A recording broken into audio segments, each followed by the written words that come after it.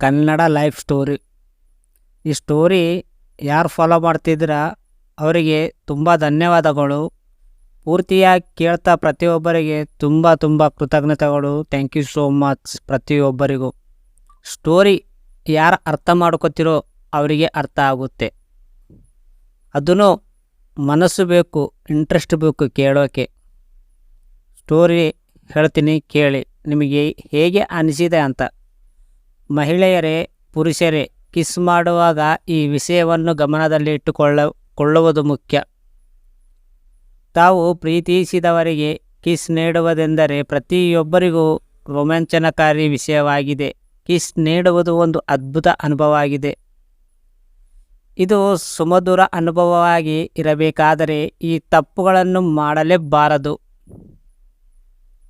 ನೀವು ವಿವಾಹಿತ ದಾಂಪತಿಯಾಗಿರಲಿ ಅಥವಾ ಪ್ರೇಮಿಗಳೇ ಆಗಿರಲಿ, ನಿಮ್ಮ ಸಂಗಾತಿಯನ್ನು ಒಮ್ಮೆಯಾದರೂ ಚುಂಬಿಸಿರಬೇಕು.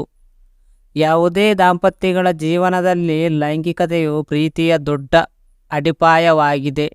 ಸಂಬಂಧದಲ್ಲಿ ಪುರುಷ ಮತ್ತು ಮಹಿಳೆ ಇಬ್ಬರೂ ಲೈಂಗಿಕತೆಯು ಸಾಮಾನ್ಯವಾಗಿ ಮುಖ್ಯವಾಗಿದೆ.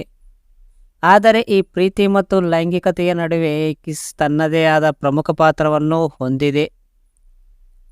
ಆದ್ದರಿಂದ ನಿಮ್ಮ ಸಂಗಾತಿಯನ್ನು ಚುಂಬಿಸುವ ಮೊದಲು ನೀವು ಏನು ನೆನಪಿನಲ್ಲಿ ಇಟ್ಟುಕೊಳ್ಳಬೇಕಾದ ಕೆಲವೊಂದು ವಿಷಯಗಳ ಬಗ್ಗೆ ನಾವಿಲ್ಲಿ ತಿಳಿಸಿದ್ದೇವೆ. ನೀವು ನಿಮ್ಮ ಸಂಗಾತಿಯನ್ನು ಚುಂಬಿಸುವ ಮೊದಲು ನಿಮ್ಮ ಕೆಟ್ಟ ಉಸಿರಾಟವಿದೆಯೇ ಎನ್ನುವುದನ್ನು ಗಮನಿಸಬೇಕು. ಕಿಸ್ ಮಾಡುವಾಗ ಮೊದಲು ಬೆಳ್ಳುಳ್ಳಿ, ಈರುಳ್ಳಿ, ಮೊಟ್ಟೆ, ಕೋಳಿ, ಮೀನು ಸೇವಿಸಬೇಡಿ. ಒಂದು ವೇಳೆ ನೀವು ಸೇವಿಸಿದರೆ ಹಲ್ಲುಜ್ಜಿದ ನಂತರವೇ ಕಿಸ್ ಮಾಡಿ. ವಾಸನೆ ಹೋಗಲಾಡಿಸುವುದು ಮತ್ತು ಪ್ರೇಸರೆ ಮತ್ತು ಚೂಯಿಸ್ ಗಮ್ ಬಳಸ ನೋಡಿ. ಚುಂಬಿಸುವ ಮೊದಲು ಸಿಗರೇಟ್ ಸೇದಬೇಡಿ. ಸಿಗರೇಟು ಸೇದುವುದರಿಂದ ಅದರ ವಾಸನ ಬಾಯಿ ಹಾಗೂ ಉಸಿರಲ್ಲಿ ತುಂಬಿರುತ್ತದೆ. ಇದರಿಂದ ನೀವು ಸಿಗರೇಟ್ ಸೇದಿದ ತಕ್ಷಣ ನಿಮ್ಮ ಸಂಗಾತಿಗೆ ಮತ್ತು ಕೊಟ್ಟರೆ ನಿಮ್ಮ ಸಂಗಾತಿಗೆ ಸಿಗರೇಟ್ ವಾಸನೆ ಬರಬಹುದು. ಸಿಗರೇಟ್ ಸೇದಿದ ನಂತರ ನಿಮ್ಮ ಸಂಗಾತಿಯು ನಿಮ್ಮನ್ನು ಚುಂಬಿಸಲು ಇಷ್ಟಪಡದಿರುವುದರಿಂದ ಸಾಧ್ಯತೆ ಇದೆ. ಅದರಿಂದ ನಿಮ್ಮ ಸಂಗಾತಿಯನ್ನು ಭೇಟಿಯಾಗುವ ಮೊದಲು ಸಿಗರೇಟ್ ಸೇದುವುದರಿಂದ ದೂರವಿರಿ. ಸೇವಿಂಗ್ ಮಾಡಲು ಮರೆಯದಿರಿ. ಹುಡುಗಿಯರು ಸಣ್ಣ ಗಡ್ಡದ ಪುರುಷರನ್ನು ಇಷ್ಟಪಡಬಹುದು, ಆದರೆ ತುಂಬ ಗಡ್ಡ ಬೆಳೆಸುವವರು ಪುರುಷರಿಗೆ ಕಿಸ್ ನೀಡುವ ಇಷ್ಟಪಡುವುದಿಲ್ಲ. ಅದಕ್ಕಾಗಿಯೇ ಚುಂಬಿಸುವ ಮೊದಲು ಕ್ಲೀನ್ ಶೇವಿಂಗ್ ಮಾಡಿಕೊಳ್ಳಿ. ಇಲ್ಲವಾದರೆ ನಿಮ್ಮ ಗಡ್ಡವನ್ನು ಟ್ರಿಮ್ ಮಾಡಿ. ಇಲ್ಲವಾದರೆ ಕೆಲವೊಮ್ಮೆ ನಿಮ್ಮ ಗಡ್ಡ ಸಂಗಾತಿಗೆ ಚುಚ್ಚುವ ಸಾಧ್ಯತೆಯೂ ಇರುತ್ತದೆ. ಒಡೆದ ತುಟಿಗಳನ್ನು ತಪ್ಪಿಸಿ. ನಿಮ್ಮ ತುಟಿ ಅಥವಾ ನಿಮ್ಮ ಸಂಗಾತಿ ತುಟಿ ಬಿರುಕು ಬಿಟ್ಟಿದ್ದರೆ, ಒಡೆದಿದ್ದರೆ ಕಿಸ್ ನೀಡಬೇಡಿ.